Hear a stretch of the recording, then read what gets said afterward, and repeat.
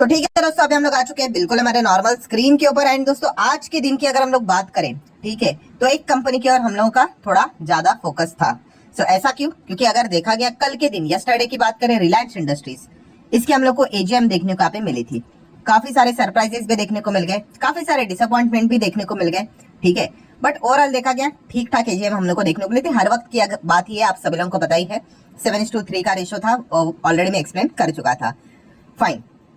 Then अगर हम लोग बात करें आज के दिन की, तो आप सभी लोगों को पता ही है, जियो फाइनेंशियल सर्विसेज जो कि रिलायंस इंडस्ट्री से ही पिछले साल की अगर हम लोग बात करें डीमर्ज होके अलग से लिस्ट यहाँ पे हुई थी, इसकी मेडन एजीएम हम लोग को देखने को मिलने वाली थी, पहली एजीएम। सो काफी ज्यादा हम लोग को एक्सपेक्टेशंस देखने को यहाँ पे मिल रहे थे कि जेएफएस की अगर हम लोग बात करें, आज की जो एजीएम यहाँ पे रहेगी काफी धुआंधार यहाँ पे हो सकती है। जैसे कि मैंने कहा कि एक्सपेक्टेशन एकदम हायर लेवल के हम लोग को देखने को मिल रहे थे, क्योंकि इसके पहले भी अगर देखा गया तो इन्होंने काफी सारे सब्सिडरीज ओपन करके रखे हुए हैं।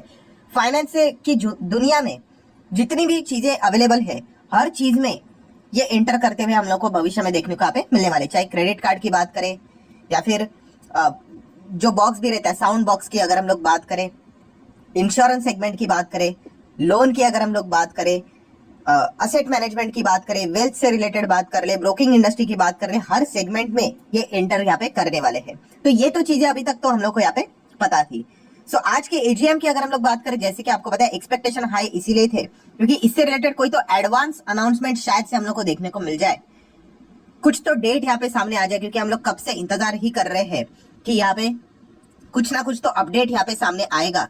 सो दोस्तों इसी से रिलेटेड काफी लोग यहाँ पे सवाल पूछा करते थे कि कब आएगा कब आएगा, तो ऑब्वियसली भाई जब आएगा तभी मैं आपको बता पाऊंगा, ठीक है। सो दोस्तों अभी अगर मैं आप लोगों को आंसर दे दूं कि आज के एजीएम में यहाँ पे क्या हुआ है, तो अगेन सेम चीज, अगेन आपको यहाँ पे इंतजार करना यहाँ पे पड़ने वाला है। इंतजार मतलब क्या कि अगर आप एक्सपेक्ट कर रहे थे कि कोई डेट सामने आएगी, तो कोई कॉन्क्रीट डेट तो अभी तक उन्होंने यहाँ पे सामने यहाँ पे नहीं रखी हुई है, बट चलो एक रफली कुछ आइडिया उन्होंने अपने शेयर होल्डर को देके यहाँ पे रखा हुआ है। सो हम कह सकते हैं एजीएम काइंड ऑफ थोड़ी सी मिक्स टाइप की एजीएम हम लोग को देखने को मिली, थोड़ी सी कुछ अच्छी चीजें देखने को मिली, थोड़ी सी कुछ चीजें बुरी, मतलब हम कह सकते हैं कि एक्सपेक्ट कर रहे थे नहीं मिली। तो चलिए उन्हीं सभी चीजों को हम लोग कवर कर लेते हैं। जैसे कि आप देख सकते हैं जियो फाइनेंशियल, तो सबसे पहले जो आप इंतजार यहाँ पे कर रहे थे कि इनके अलग अलग प्रोडक्ट्स कब आएंगे करके, तो आप देख सकते हैं उन्होंने क्या बोला है कि यहाँ पे फाइनेंशियल ईयर 25 जो अभी चल रहा है, एंड लगभग हम कह सकते हैं ये साल खत्म होने के लिए, फाइनेंशियल ईयर 25 खत्म होने के लिए और 7 मंथ्स है।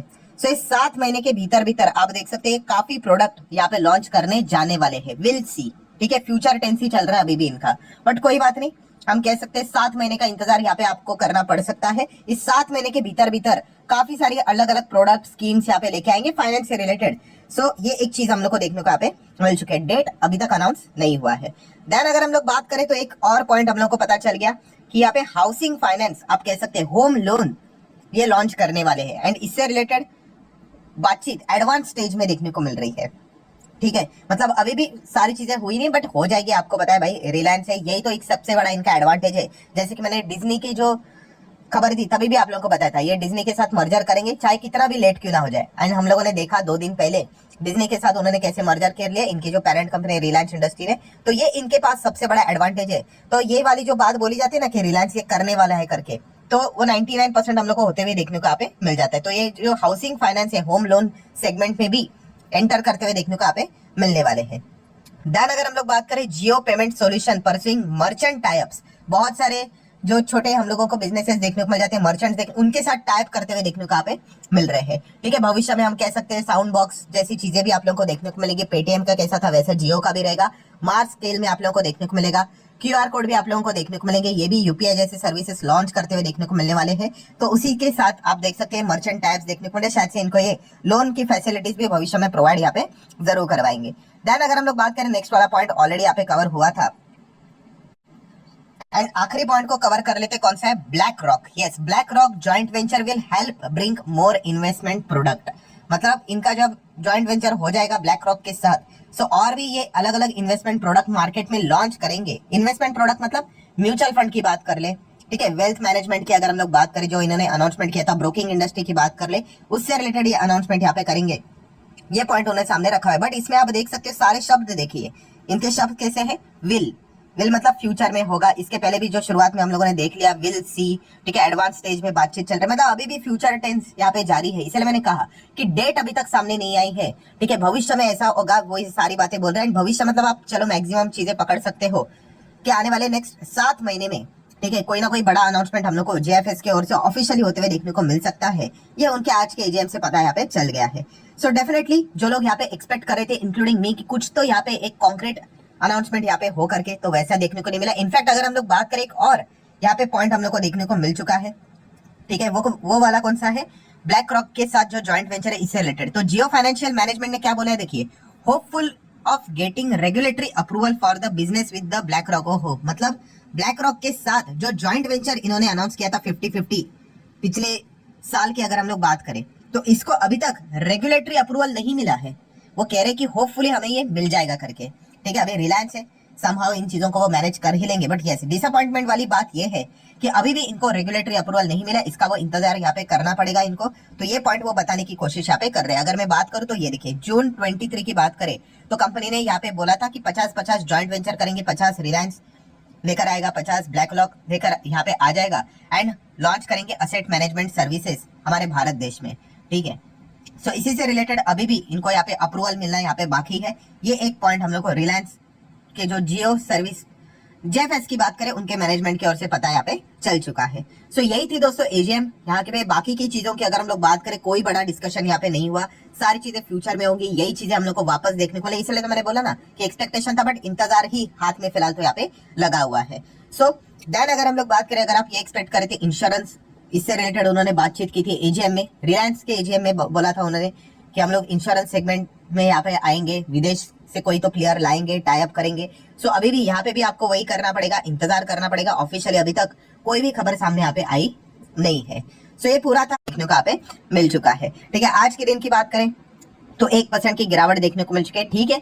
शॉर्ट रेंज में सारी चीजें यहाँ पे चलती रहती है, ऐसी कोई बात नहीं भाई सीधा 0 हो जाएगा या सीधा अगर आज के दिन कुछ होता तो 1000 हो जाता करके, नहीं। ये चीजें धीमे धीमे स्लोली चलती रहती है। अगेन कहना चाहूंगा, अगर आप शेयर बाजार में है तो थोड़ा सा कछुए का जो माइंडसेट होता है ना, उस हिसाब से आप लोगों को सोचना यहाँ पे आना चाहिए। हाँ, डेफिनेटली एक्सपेक्टेशन हम जरूर यहाँ पे रख सकते हैं, ठीक है, बट अगर नहीं हुआ तो इसका अर्थ ये नहीं कि सब कुछ ही खत्म हुआ करके। हम कह सकते हैं अभी आने वाले नेक्स्ट 7 मंथ्स में आप कुछ ना कुछ एक्सपेक्ट कर सकते हैं। जैसे कि उन्होंने बोला है कि कोई ना कोई प्रोडक्ट्स ये लेकर आएंगे करके, अभी इसके ऊपर भरोसा रखना है नहीं रखना है वो हर एक का अपना अपना इंडिविजुअल चॉइस। क्योंकि इसके पहले भी रिलायंस की जब एजीएम हुई थी 2019 में आएगी, तब उन्होंने बोला था आने वाले नेक्स्ट 5 साल में हम आईपीओ लेके आएंगे। किसका?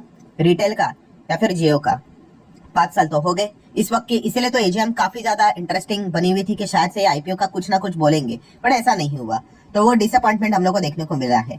एनीवेज, सो अगर हम लोग बात करें दोस्तों, तो जेएफएस से रिलेटेड जितने भी इंपॉर्टेंट पॉइंट्स थे वो सारे मैंने आप लोगों के सामने यहाँ पे रख दिए हैं, ठीक है। बाकी की अगर बात करें तो कंपनी की बैलेंस शीट, पीएनएल आप देख सकते हैं। रिजर्व्स 18,000 करोड़ के reserves, long term borrowing 0, short term 0 ही है। कैश एंड कैश इक्विवेलेंट की बात करें तो 4,500 करोड़ का कैश हम लोग को देखने को यहाँ पे मिल जाता है, ठीक है। काफी लोग पूछते हैं सर इनकी बैलेंस शीट इतनी कैसे स्ट्रांग हो गई, तो ऑब्वियसली थोड़ा छोटा मोटा बिजनेस जारी है। एंड रिलायंस की ओर से तो आपको बताया इनको डिविडेंड मिलता है, ठीक है। बीच में हम लोगों ने नंबर्स भी इनके कवर किए थे, तभी आपको बताया था कि इनका वो बिजनेस लेवल का ही बात नहीं है, वो रिलायंस की ओर से इनको डिविडेंड जब भी साल में एक बार वो डिविडेंड देते हैं तो वो डिविडेंड इनके अकाउंट में क्रेडिट हो जाता है, तो वो नंबर एकदम शूट हो जाते हैं। तो इसीलिए वो पैसा इनको यहाँ पे मिलता रहता है। तो इसी चीज के चलते वो रिजर्व्स एंड बाकी की चीजें इनकी स्ट्रॉन्ग यहाँ पे बनती रहती है। देन अगर हम लोग बात करें मार्केट कैप, तो 2-2.25 लाख करोड़ का यहाँ पे बन चुका है। बाकी सारी चीजों को हम लोग क्या ही कैलकुलेट करें, ठीक है। अभी भी सारी चीजें हम लोग को चलते हुए देखने को यहाँ पे मिल रही है, ठीक है। देन क्वार्टर के रिजल्ट की बात करें तो वो वाला साल भी आप लोगों को दिखाना चाहूंगा, ठीक है। वहां पे आप देख सकते हैं यूजुअली ये 200-300 के रेंज में रहता था, ये देखो 668 का प्रॉफिट कैसे हो गया। क्योंकि अगर आप देखोगे यहाँ पे अदर इनकम 218 का अदर इनकम हम लोग को देखने को मिला था। ऑब्वियसली 218 करोड़ की हम लोग यहाँ पे बात कर रहे हैं, और ये अदर इनकम और कोई नहीं, इनका डिविडेंड का ही इनकम है, ठीक है। तभी यहाँ पे आपको बताया था जब ये सितंबर वाला डेटा आएगा, अभी कौन सा है, जून है ना, ठीक है। अभी नेक्स्ट जो सितंबर वाला डेटा यहाँ पे रहेगा, वहां पे अगर डिविडेंड अगर अनाउंस कर देता है रिलायंस, ठीक है, तो डेफिनेटली आप देख सकते हो जेएफएस में वापस हम लोग को अदर इनकम आते हुए देखने को मिल सकता है। मतलब ये पॉइंट हम लोग को पता होना चाहिए। बाकी शेयर होल्डिंग पैटर्न क्या है, 47 है, ठीक है। देन 17 एफआईआई डीएस 11-12 है। पब्लिक की बात करें तो 23% की होल्डिंग देखने को यहाँ पे मिल रही है। सो ठीक है दोस्तों, अगेन कहना चाहूंगा जेएफएस के बिजनेस की बात करें, अभी भी जो एजीएम थी वो विल में ही यहाँ पे बोली जा रही थी। आगे होगा ये होगा वो होगा, ठीक है, होने वाला है वो हर किसी को यहाँ पे पता है। बट अभी के पॉइंट में ऐसा लगा था जनरली, एटलीस्ट मैं अपनी साइड की अगर बात करूं तो लगा था कुछ तो एक दो पॉइंट तो अच्छे सामने यहाँ पे आएंगे, बट ऐसा तो कुछ यहाँ पे हुआ नहीं। फिर भी अगर हम लोग इसमें भी एक अगर अच्छा पॉइंट निकालने ही जाए तो उन्होंने यही बोला है कि वो नए प्रोडक्ट लेकर आएंगे टिल FY25। सो FY25 में ही हम लोग चल रहे हैं। सो 7 महीने का पीरियड यहाँ पे बाकी है। सो अपकमिंग 7 मंथ में कोई ना कोई बड़ा अनाउंसमेंट हम लोग को देखने को मिल सकता है। ये एक चलो पॉजिटिव पॉइंट हम लोग पकड़ सकते हैं। नेगेटिव पॉइंट कौन सा है अगर पकड़ना ही है तो, बैड न्यूज अगर पकड़नी है तो जॉइंट वेंचर को ब्लैक रॉक के साथ अभी भी इनको रेगुलेटरी अप्रूवल नहीं मिला है। ठीक है, ये एक हम लोग को एक बैड न्यूज भी हम लोग को देखने को मिल रही है। ठीक है, देख लेते हैं आगे क्या होता है करके। जेएफएस में मतलब देखा गया इतना भी बिजनेस ना होने के बावजूद भी 2-2.25 लाख करोड़ के आसपास का मार्केट कैप इनको कैसे मिल गया वैल्यूएशन के हिसाब से।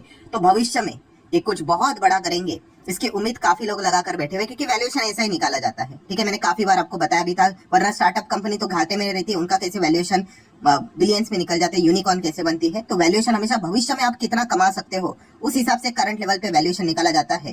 तो इसी हिसाब से जेएफएस का भी वैल्यूएशन बाजार लगाकर चल रहा है कि भविष्य में बहुत कुछ बड़ा धमाका करेंगे, बहुत कुछ नए प्रोडक्ट लेकर आएंगे। जैसे कि जियो ने टेलीकॉम सेक्टर में रिवॉल्यूशन लाया, जैसे कि रिटेल सेगमेंट में रिलायंस रिटेल ने मार्केट कैप्चर किया है, वैसे ही फाइनेंस इंडस्ट्री में जेएफएस बहुत कुछ बड़ा यहाँ पे कर सकते हैं। एक उम्मीद काफी बड़े प्लेयर्स लेकर यहाँ पे चल रहे हैं, और उसी के हिसाब से आप देख सकते हैं इवन दो बिजनेस अभी तक उस लेवल पे स्टार्ट भी नहीं हुआ है, स्टिल आप देख सकते हैं इनको 2-2.25 लाख करोड़ का वैल्यूएशन भी यहाँ पे मिल चुका है। सो उम्मीद के चलते ही फिलहाल तो स्टॉक चलते हुए देखने को यहाँ पे मिल रहा है। अब देखना पड़ेगा कि जेएफएस वाले उम्मीद के ऊपर खरे उतरते हैं भी या नहीं। सो आशा करता हूँ दोस्तों वीडियो हेल्पफुल लगा होगा, तो चाहो तो लाइक एंड शेयर कर सकते हो। मिलते हैं नेक्स्ट वीडियो, तब तक के लिए बाय बाय।